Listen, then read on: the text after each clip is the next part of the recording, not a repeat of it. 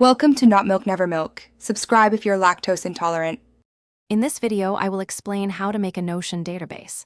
To start, simply type a / and choose your preferred database type, like Table Full Page or Table Inline. Notion offers 6 primary database views: Table, Board, Gallery, List, Calendar, and Timeline. You can also transform any existing page into a database with just a few clicks using the 6-dot menu. This flexibility allows you to organize information exactly how you need it. Once your database is set up, it's time to customize its properties.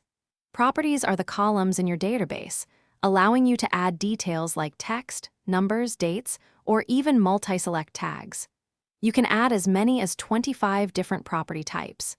Each database view can be uniquely configured to show only the properties most relevant to that specific perspective, enhancing clarity and focus. To make your database truly powerful, master filtering and sorting. Filters allow you to display only the entries that match certain conditions, like showing tasks due this week. Sorting arranges your data based on properties such as name or priority, making information easy to find. Furthermore, you can connect different databases using relations, building a robust system where information flows seamlessly between them.